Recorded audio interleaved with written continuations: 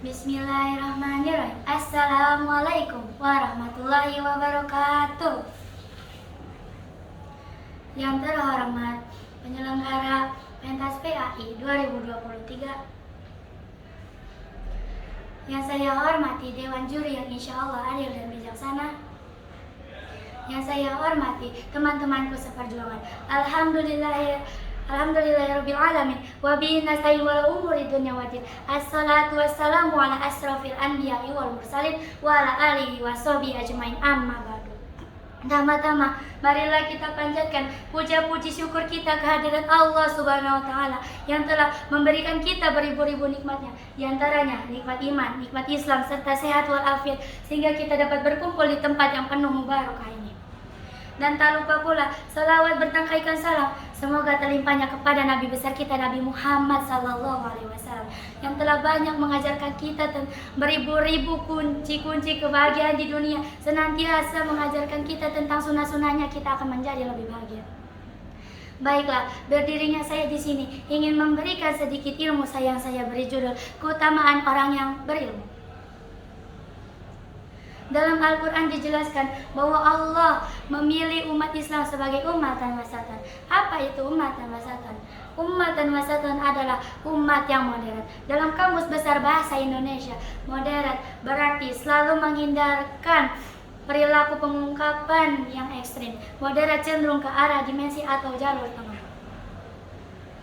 Untuk menjadi seorang moderat, seseorang haruslah pastilah memiliki wawasan keilmuan supaya pemikirannya tidak picik. Contoh yang pertama, melihat saudaranya tidak memakai kunut dibilang kafir. Yang kedua, mendengar saudaranya membaca Al-Fatihah dibilang bidah dhalalah, astagfirullahaladzim. Atau sebaliknya, pemikiran yang bebas tanpa batas. Yang pertama, menganggap LGBT sebagai refleksi dari hak asasi manusia. LGBT haram, sudah di mana-mana pun tetap haram. Yang kedua, menganggap pacaran sebagai refleksi, menganggap pacaran sebagai bentuk kecerdasan dalam bergaul. Pacaran haram sudah diharamkan dalam Islam.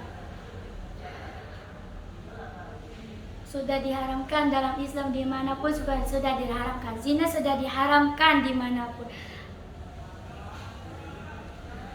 Untuk menjadi seseorang yang menjadi seseorang yang menilaikan kebenaran bukan hanya dari logika komunitas atas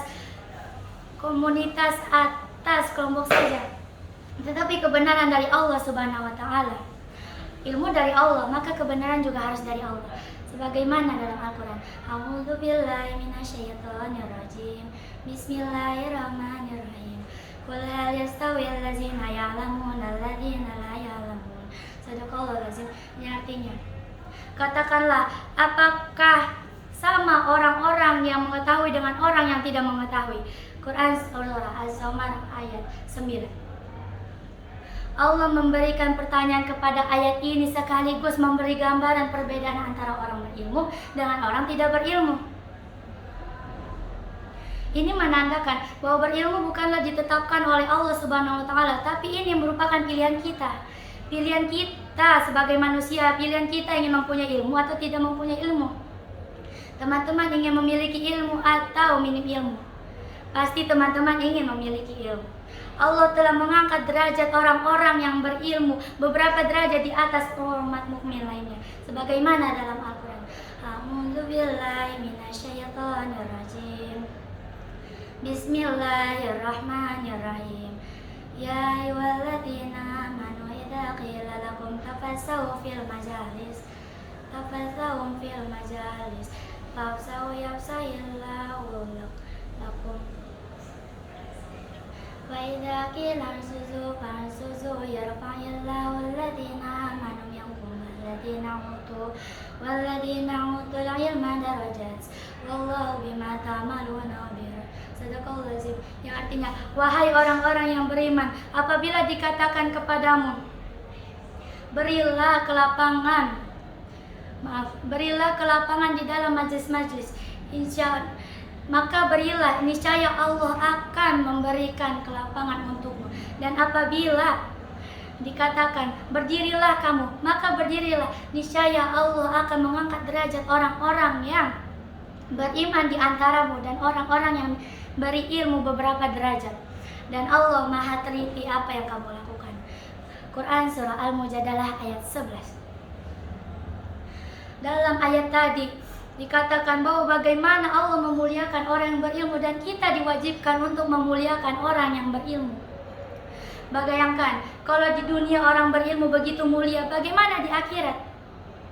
Mengapa? Karena dengan ilmu seseorang akan lebih fakih dalam agamanya, akan lebih mengenal hak saudaranya, yang lebih penting lebih mengenal Rabb penciptanya.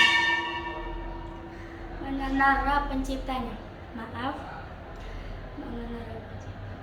Dan bertambahnya ilmu, bertambah juga keimanan dan ketaatan kita kepada Allah Subhanahu wa Ta'ala.